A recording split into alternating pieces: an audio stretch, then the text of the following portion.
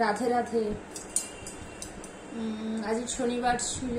আজকে তো আমার বাড়িতে গোবিন্দর কাজ হয়, বললাম না, প্রত্যেক শনিবার আমার বাড়িতে লোকজন আসে, গোবিন্দর কাজ হয়। তা সবাই গেল, তারপরে এখন একটু সময় পেলাম বলে আমি তোমাদের কাছে ভিডিওটা দেব বলে বসলাম। একটু বলছি যে সমস্ত বন্ধুদের বলছি, আশা করি সবাই ভালো আছো। আর যদি আমার ভুল ত্রুটি হয়েই থাকতে পারে, তাই না, আমি তো পণ্ডিত নই যে আমি অনেক কিছু জানি, সে তো নই। কিছু সামান্য কিছু হয়তো শিখেছি, সেটা বলছি। ভুল হতেই পারে মানুষের, যদি আমার সেরকম ভুল হয় নিশ্চয়ই আমাকে বলবে। এবার সবার থেকে কিছু না কিছু শেখার আছে, তাই না, যে শুধু আমি পারি এই তো নয়, সবাই পারে। ভগবান সবার মধ্যে কিছু না কিছু জ্ঞান দিয়েছেন, বুদ্ধি দিয়েছেন, তাই না, বিবেক দিয়েছেন। সবাই জানে, কেউ ব্যক্ত করে না, তাই না, কেউ কেউ বলে, কেউ কেউ বলে না। তা আজকে আমি বলবো যে আগে সাধারণ কথাগুলো বলি, যে সাধারণভাবে যেগুলো আমরা জানি কিন্তু মানতে পারি না, তাই না, সেটা বলছি আগে। তারপরে যখন আস্তে আস্তে আমি বিচার দিতে শুরু করব, তখন এই 18টা অধ্যায় থেকে প্রত্যেকদিন অল্প অল্প একটু একটু করে বলবো। গীতার 18টা অধ্যায় থেকে একটু একটু করে বলার চেষ্টা করব। আর যদি আমার ভুল হয়, বন্ধুরা আমাকে কিন্তু ক্ষমা করো, আবার আমাকে বুঝিয়ে দিও যে তোমার এতে ভুল হচ্ছে, ঠিক আছে। এটা আমার খুব ভালো লাগবে, যে শিখতে পারবো আমি।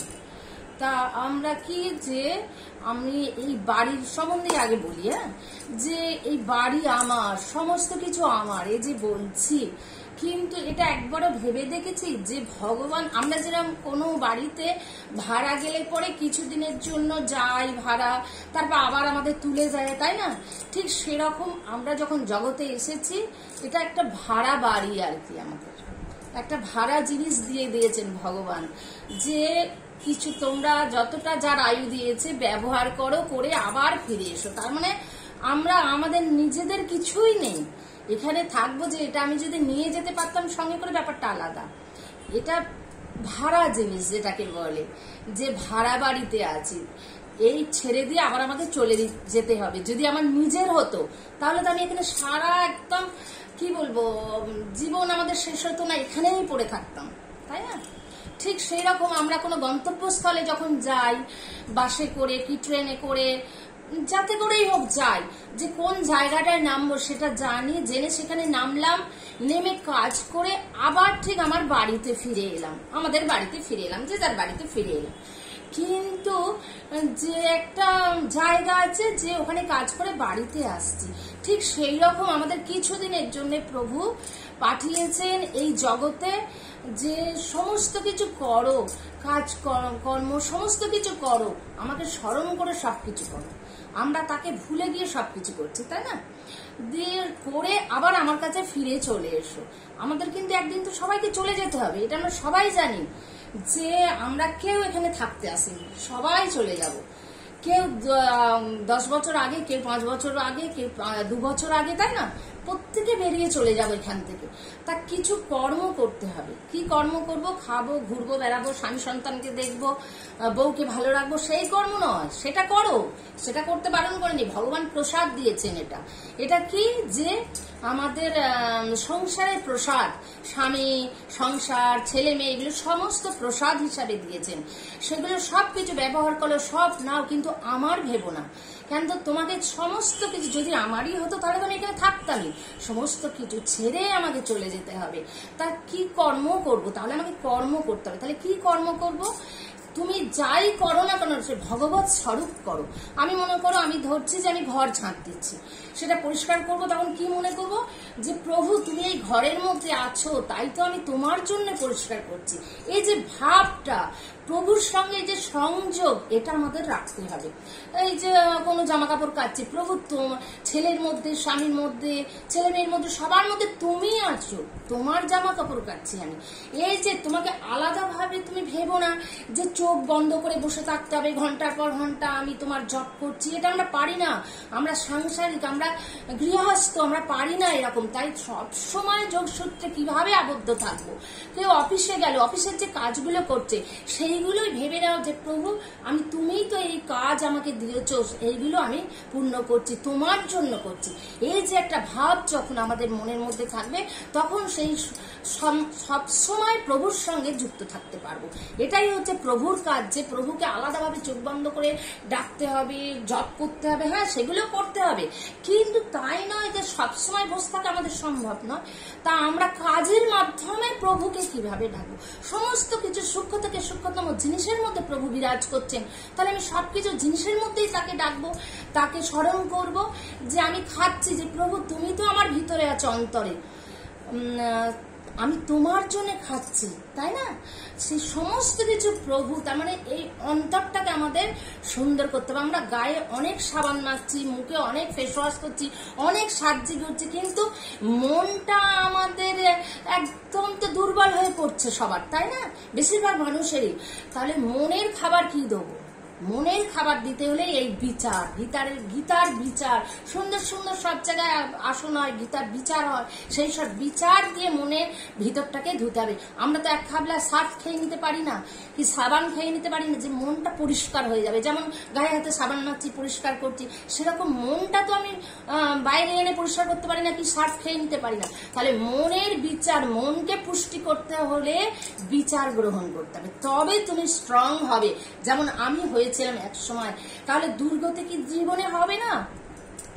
মানব জন্ম যেহেতু নিয়েছি, সেহেতু অনেক কিছু জীবনে আসবে, সুখ দুঃখ সমস্ত কিছু। যেমন দিনের পর রাত্রি আসছে, রাত্রির পর আবার দিন আসছে, তাই না?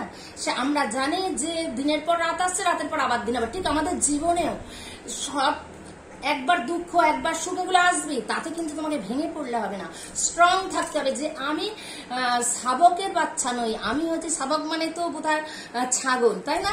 আমি হচ্ছে সিংহের বাচ্চা, মানে প্রভুর সন্তান। আমি কি করে ভেঙে পড়তে পারি? সে আমার মধ্যে বিরাজ করছেন, তিনি আমার মধ্যে আছেন বলেই আমি টুম্পা, আমাকে নিয়েই বলছি, আমি টুম্পা, আমি ওর মা, আমি ওর স্ত্রী, আমি ওনার মেয়ে, তাই তো এত দাম আমার। যখন আমার জীবন থেকে, আমার ভিতর থেকে তিনি বেরিয়ে চলে যাবেন, তখন কিন্তু আমার আর দাম নেই। তখন বলবে ওকে শ্মশানে নিয়ে যাও, কেউ আর ওকে ছোঁবি না। এখন আমাকে সবাই ছোঁবে, আমার সব ঠাকুরের আসনে আছে, সবাই ছুটছে, সবাই কিছু করছে, তখন কিন্তু আর আমাকে কেউ ছোঁবে না। এত ভালোবাসে সবাই, তখন বলবে ওরে ছোঁস না, ওরে স্নান করতে হবে, কিন্তু মরা ছুঁয়েছিস। তাহলে যতক্ষণ আমার ভেতরে ভগবান বিরাজ করছেন ততক্ষণ আমার দাম। যখনই ভগবান ভিতর থেকে বেরিয়ে যাচ্ছেন তখন আর আমার দাম নেই। যতই তুমি কোটিপতি হও, তা কোটি কোটি টাকার মালিক হও, বাড়ি গাড়ি থাকুক, তোমার আর কিন্তু দাম নেই। তুমি চলে গেলে মানে তুমি তখন কি নিয়ে যাবে? তুমি কর্ম নিয়ে যাচ্ছ। কি কর্ম? না সৎ কর্ম, অসৎ কর্ম নিয়ে তুমি যাচ্ছ। তাহলে আমাকে অসতের চেয়ে সৎকর্মটা বেশি করে করতে হবে। এটাই আমার মনের মধ্যে থাকবে যে আমি সবকিছু করব, কিন্তু তাকে স্মরণ করে সবকিছু করব। আমার যা কিছু জীবনে হোক, দুঃখ কষ্ট জ্বালা যন্ত্রণা আসবেই, সেগুলোতে আমরা ভেঙে পড়বো না, আমি স্ট্রং থাকবো। আমি শাবকের সন্তান নই, আমি হচ্ছে সিংহের সন্তান। মানে প্রভু কোনো সময় কি কান্না ছবি দেখেছো? কৃষ্ণের সব সময় হাসি খুশি, তাই না? ঠিক সেরকম আমাদের জীবনটাকে ওই রকম তৈরি করতে হবে। কেউ দেখে বলে ওরে কি করে টুম্পা এরকম আছে রে, এই যে একটা ব্যাপার। কোথাও যদি একটা আমরা ধূপ জ্বালি, সেন্ট কত দূর অব্দি যায়, সেই সেন্ট আমি বলে এই কি ধূপ এনেছিস, আমাকে জিজ্ঞেস করে না কি ধূপ রে, আমি একটু কিনবো ওটা। ঠিক আমাদের জীবনকে সেরকম তৈরি করতে হবে যে সবাই দূর থেকে দেখে বলবে যে ও কি করে এরকম সুন্দর আছে, আমরা কেন থাকতে পারি না। তাহলে সেই রকম জীবন গড়তে হলে একমাত্র বিচার ছাড়া তুমি স্ট্রং হতে পারবে না। একমাত্র আমাদের মন একদম দুর্বল হয়ে পড়ে, যে কোনো কিছুতে আমরা ভেঙে পড়ি।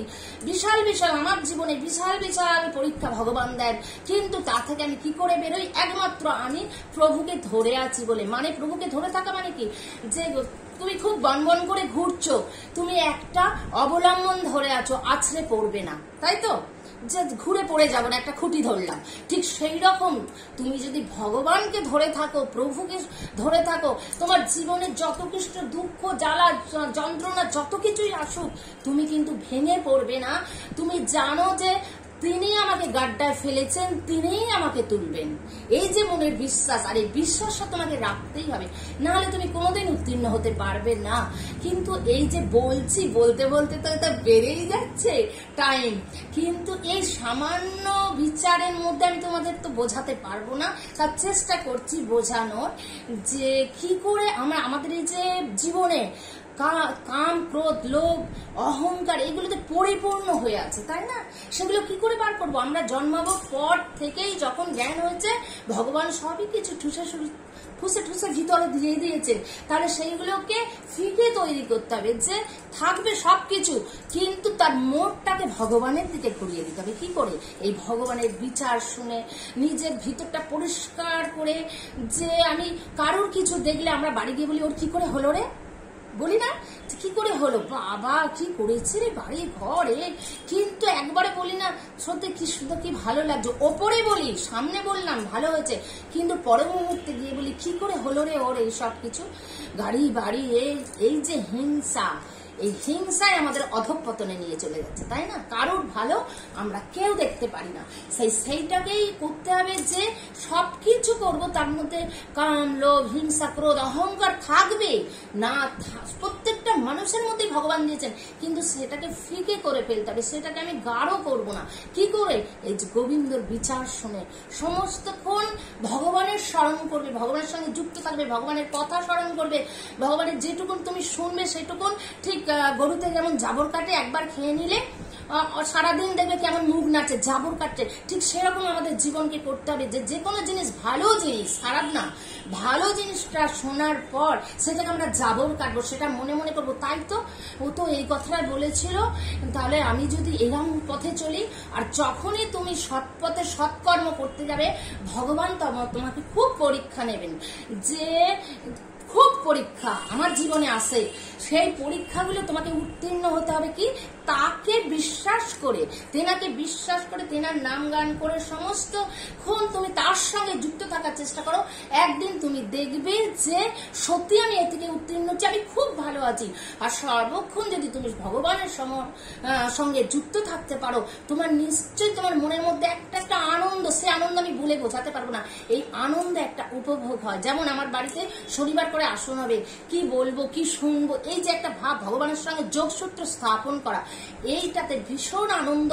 যেটাই আমরা মনে করি যে বোধহয় প্রেম করলে খুব ভালো লাগে, বোধহয় এই করলে খুব ভালো লাগে, এর সঙ্গে গল্প করলে খুব ভালো লাগে ক্ষণেকের মাত্র, তারপরে পাহাড় দুঃখ আসবে জীবনে। তাহলে সেইটা ভালো না? ভগবানকে সবসময় ধরে রাখা, ভগবানের চিন্তন করা, মনন করা, এইগুলো করলে তুমি ভালো থাকবে। কিন্তু অনেক টাইম তো হয়ে যাচ্ছে, বেশি টাইম তো এখানে দেয়া যাবে না। কেননা এত টাইম দিলে যদি আমি ফেসবুকে ছাড়লে আর না দেখাই, এটাই আমার চিন্তা হয়।